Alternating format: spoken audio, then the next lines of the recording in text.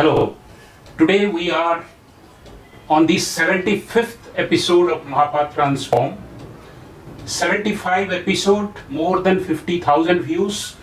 I'm happy that the little contribution that I'm trying to give to all my viewers is receiving acceptance. March of 2020, when I started this episode, it was in a drawing room like this in Bangalore, just before the pandemic. A drawing room idea took shape, and on various topics we dealt, we discussed, we analyzed, we gave suggestions to improve and transform all of you. Thank you, viewers, for all the love, all the affection that you have given. Since it started in a drawing room, when I was doing a research, I thought that I will do something on the drawing room itself. Yes, we are going to talk today the origin of drawing room as the main room or the living room in a household. The history of drawing room is no more than 200 or 300 years old. All of you may be very surprised that when mankind started living in houses, how come the drawing room is such young in the history? As we will deal with the history, and then we will take how drawing rooms are done today and some suggestion regarding having a good drawing room or a living room. When men started or mankind started living in households or having a roof on their cover, there was no concept of organization. This concept of a drawing room or a living room originated in the 18th century England. The agriculture practice where resting or crop holidays could be substituted with intercropping. This brought additional prosperity. Big English lords started building mansions.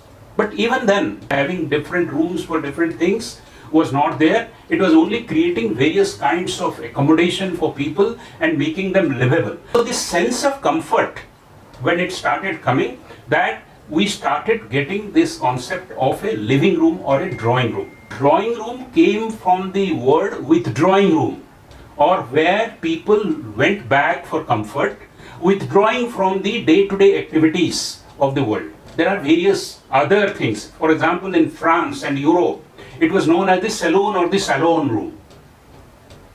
That is where people made up, people received guests, people waited for guests, and people entertained guests. Salon and saloon later on connoted various other things, like, for example, a barber shop is known as a salon, and later on it was also called the spa room.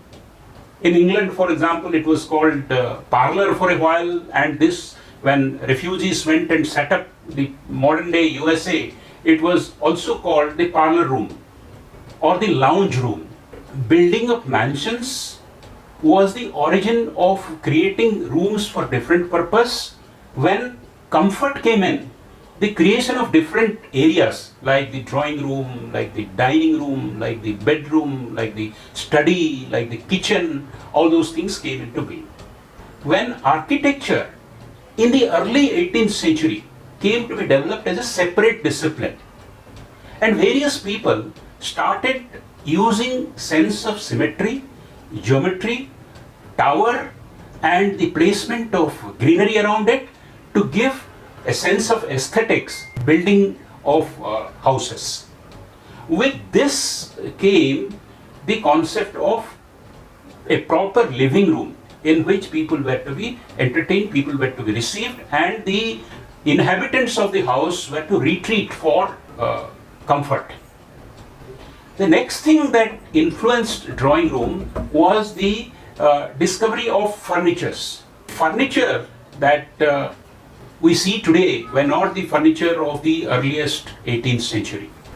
What we saw as furnitures were simple chairs, tables, study tables, bureaus, dressing table.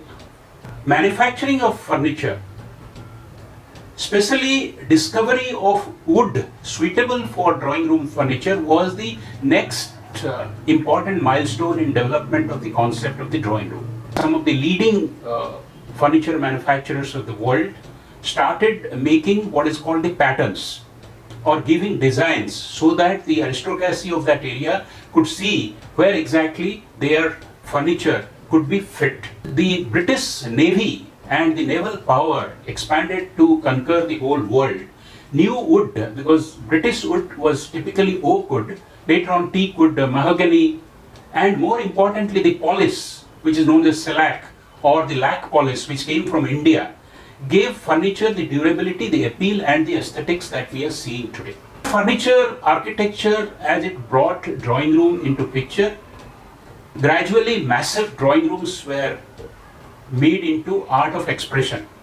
Obviously, if I am a retired senior executive, or somebody is a artist, or somebody is a photographer, bureaucrat, diplomat, all their drawing rooms, because it expresses their personality, will be different. Today, modern drawing room, there are 5 or 6 concepts.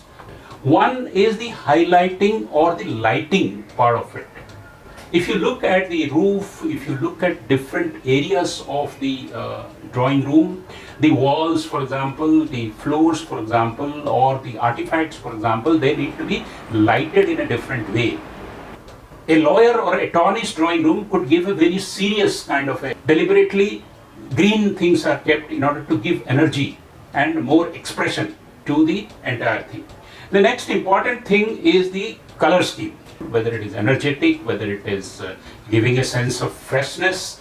The upholstery color, as furnitures came, also came the sense of giving cushion and furniture being made more comfortable. Color of the furniture, of the curtain is very important. How do you cover your windows? Whether you want to have a simple blind, or you want to have a film, or you want to have drapes, or you want to have curtains, whether you want to have a plain curtain, but the key is keeping it clean, keeping it well pressed, and so that it gives, because window cover is one of the major personality expressions of a drawing room. Flooring in England or in USA, because the heat retention or insulation is a main factor, many of the floors are either wooden or carpeted. But in India, it could be granite or it could be partially covered with carpet. But choosing the carpet and choosing in which area the tiling will be of which color, and the quality of tiling, whether you want to do wooden tiles or whether you want to do carpeting or whether you want to do vitrified tiles, this has to be selected carefully. Creating highlights for the drawing room. In the drawing room, pictures, artifacts, show lights, chandeliers are very important to give expression. So these should be chosen carefully, need not be extravagant. Last but not the least is the sitting arrangement. The sitting arrangement must be that everybody must be facing each other. Typically it should be in an arc shape or it must be in a U shape. If possible, better to have a formal sitting area and an informal sitting area, but in high-rise buildings and cramped places like Mumbai, it may not always be possible. So furniture arrangement, lighting, flooring, choosing what are the artifacts like chandeliers, the paintings, etc. all are very important in giving expression to the drawing room, where we spend majority of our time and we want that it should express, and it is a proxy of our personality. I hope this history of drawing room and how we can make our drawing rooms better will help you. Thank you very much.